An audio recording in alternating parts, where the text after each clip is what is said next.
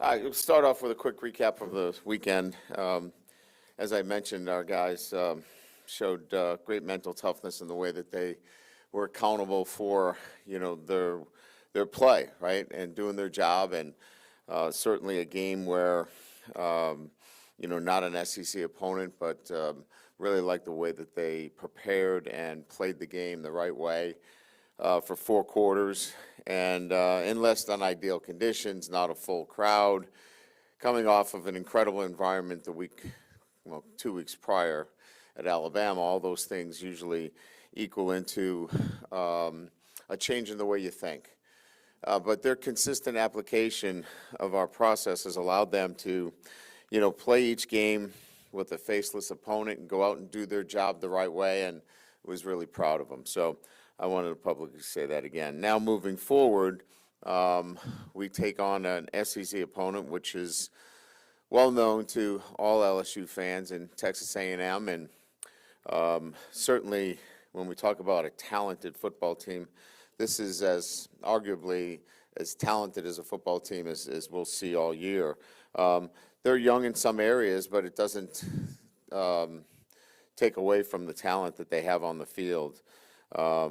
Jimbo obviously is an outstanding football coach. I've gone against him when he was at Florida State.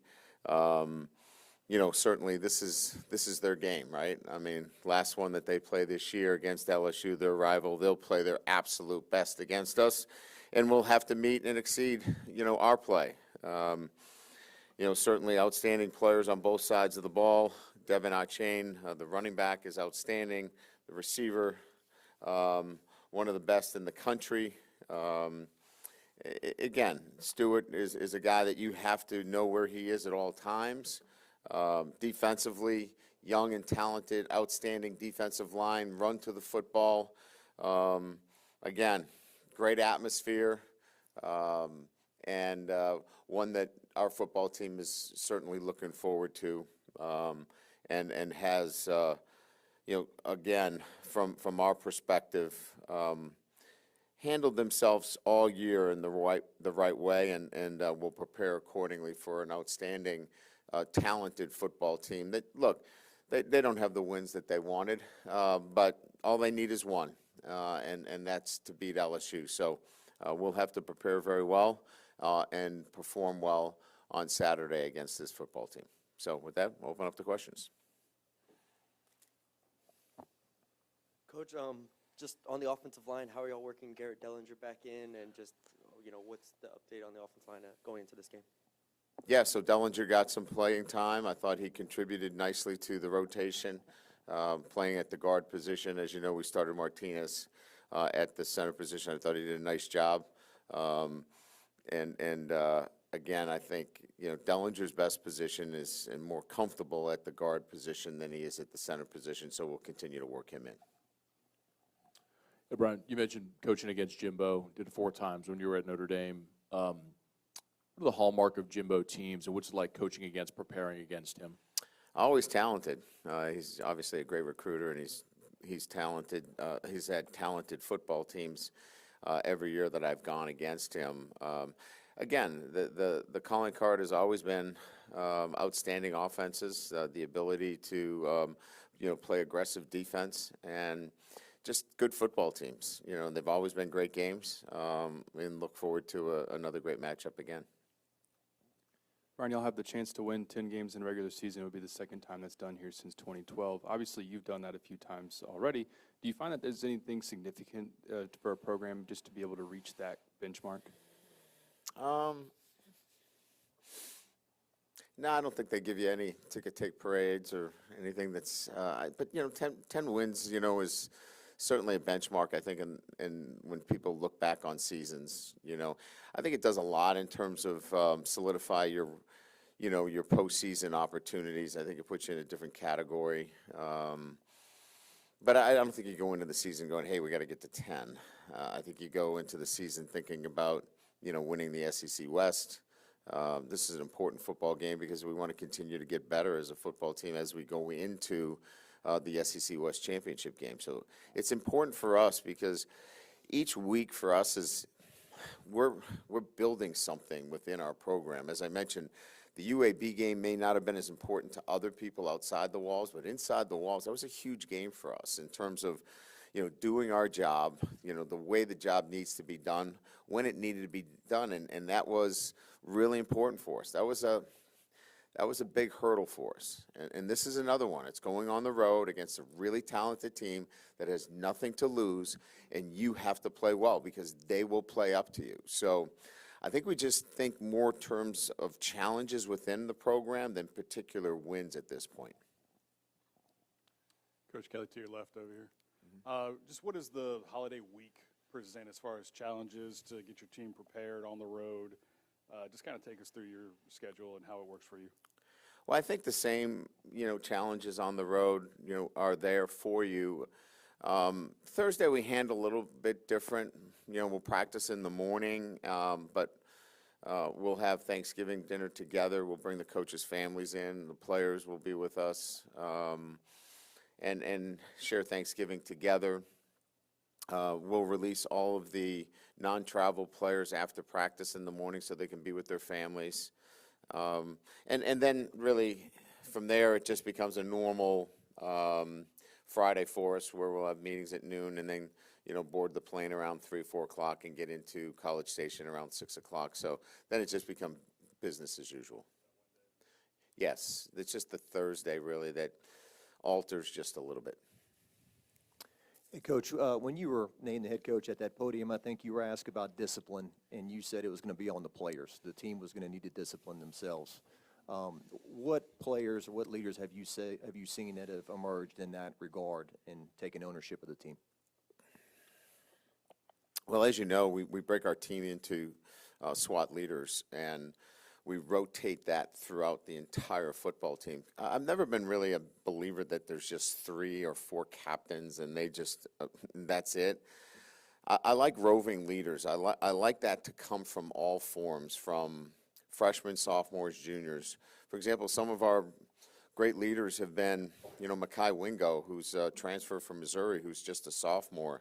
But we've gotten great leadership from, veteran seniors as well, and Mike Jones, who's, not even in a starting position right now, but means a lot to our football team. So I think it's important that everybody serves some kind of leadership role to get true accountability across the board. And so that's kind of been, for me, how you build that accountability and discipline, that personal discipline, when you share it throughout the entire football program and in each class as well. Coach, now that you've gone through this league for just about a year, you got one more regular season game, anything that maybe was a preconceived notion of yours that has kind of been erased? Just your thoughts on going through this thing the first time. No, I think it's lived up to what I had thought. I mean, it's difficult. Each and every week is a challenge. You look at the Arkansas game, we played, a team that you saw what they did this past weekend to Ole Miss. I mean, you have to play well. And, a lot of people looked at our 13-10 game and kind of, said, what's wrong with them? There's nothing wrong with our team. It's each and every week the challenges that you get in this conference. You better be ready to play. There's no week off, and that's exhausting. That's tiring. That's why I was so proud of the performance of our football team this past weekend against a dangerous UAB team that can run the football as an outstanding back. That requires effort. That requires grit and toughness to stop a run team like that. So, no, I don't know that anything has really surprised me as much as I think, being in this business as long as I have, I think I got to know the SEC and how difficult it is from week to week, and it's lived up to that. Hey, Coach. Just wondering if we could get an update on Josh Williams and if you think he'll be back this week. And then Noah Cain's season opportunity, that opportunity last weekend, just what does his role look like moving forward, I guess? Yeah, I think Noah Cain has helped himself, right? I mean, he's not flashy. I don't think he's going to be a guy that makes a ton of people miss, but does he really have to, right? He plays with low pads. He's physical. He's smart. He catches the ball coming out of the backfield. He's reliable in pass protection, and he's tough to bring down. I mean, I just think I mentioned 4 or 5 things that are pretty good to have. He doesn't have, maybe some of those, wow factors, but steady and physical, and I think he leads our team in rushing touchdowns in terms of the running back position. So it's been extremely effective for us. Josh is making progress. As we mentioned, he had a knee sprain. We want to be very careful and take our time and bring him back accordingly, but each and every day he's made the kind of progress necessary to hope that he could play this weekend. You talked about Mekhi Wingo, but what points of growth have you seen him and Jaquelin Roy this season? Obviously, the defensive tackle position was not very deep after the loss of Mason Smith, and just how have they enabled others to succeed around them? Well, Mekhi is the same guy every day, and in terms of his work ethic, in terms of what he does in the classroom, he brings a great role model to that room on a day-to-day basis. I think J. Roy is really steadied himself in terms of what he's done on a day-to-day basis. On the practice field look, he was banged up a little bit earlier in the season, had some back issues, and I thought there was some inconsistency early on, but he's really steadied himself to give us really good play here down the stretch. And again, when you're better in November, especially at that position, which, as you know, is a high contact position, says a lot about how he's taking care of himself and doing the right things. And I think both of them are different players, but I think both of them have really, down the stretch here, been really important for us. Brian, you mentioned Noah's intelligence. We interviewed Greg Brooks after the game, Noah as well, and I was really struck by how well they carried themselves throughout the interview, answered the questions that were asked, those kinds of things. How underrated is intelligence in football, and how much has it been a key to this year's success? Well, you bring up both those guys. They were guys that we brought in from the transfer portal as well, and I think many people have asked us many times about the transfer portal. I think it's one of the areas that can really get you in trouble or really can get you out of trouble. And I think it got us out of trouble because we took great character kids that could represent our program in a positive way, both on and off the field. And I think you bring up the point is that both of those guys immediately helped us build the right standards in the program and have obviously been real consistent performers for us, and in particular, Noah down the stretch here for us. So I think when you go into the transfer portal, you better know what you're getting. And if you don't, then shame on you. And I think we knew we were getting with those two kids. Ryan, kind of, I guess in some ways building off this and looking ahead, the transfer portal windows are going to open up pretty soon after the SEC championship game, especially with y'all playing that game. How do you manage those kinds of conversations with players and just as a staff getting ready for that window to open up? Yeah, so those are ongoing. You have to kind of balance them, accordingly through the season. We used a lot of the bye week to kind of get ahead of some of that stuff. Some of it is you have to react, but you're hoping to be less reactionary and much more proactive in that. But I think everybody knows what those dates are, and some of those conversations will have to take place, once the window does open up. I think it's safe to say that you all have been a pretty healthy, relatively healthy team throughout the year. Yeah. To what do you attribute that? This is probably the fewest major injuries that I can remember in a season in a long time. So putting together a team that represents that end goal, and that team is, our sports medicine team. It's our nutrition. It's our strength and conditioning. It's all of those. It's sports science. It's that whole team working together on a day-to-day basis. It's educating them and making sure that our players understand that if you want to be better in November, you better have a comprehensive plan that takes 365 days into account. So January and February and March, you're not out doing crazy things. And what I mean by crazy things, that you're overtraining, but you're training appropriately, your football team. So when you get to these days, that you don't have soft tissue injuries, that you don't have injuries that keep your kids out of practice. And I think it's how you practice, making sure that your players take care of themselves. I can tell you that in our spring, we didn't know how to practice, and we learned how to practice the right way. So we would be at this point and have the players available in the month of November and getting stronger as we went along. There was intrigue when you took this job about you recruiting in the SEC, and a lot of your first 2 months on the job was recruiting Harold Perkins, I'm sure, from when he was committed to A&M. I guess, what do you remember about that stretch and kind of getting Harold Perkins to LSU? Well, I remember everybody being up in arms when he committed to A&M, and I remember telling everybody to be patient, and that if we just be patient and we keep at it, we'll see what happens. And I think in recruiting, a lot of this is, early on here is just keep at it, be patient, keep doing it the right way, keep presenting who we are and what our plan is for your development, and you have a chance to get anybody to come here and pull our base. As I said before, make sure that we know who the great players are in this state. So I think we've done pretty good in making sure that those things are occurring. Coach, I've had some people ask about Quincy Wiggins and how he's progressing and what is he learning and how's he coming along as a local talented kid. Yeah, that's a great question. Obviously we've made the decision to redshirt him. He got to his 4-game threshold, and we pulled him from, obviously dressing, and certainly that was the message I think that was sent to everybody. He has really flourished in the last month. The light's gone on.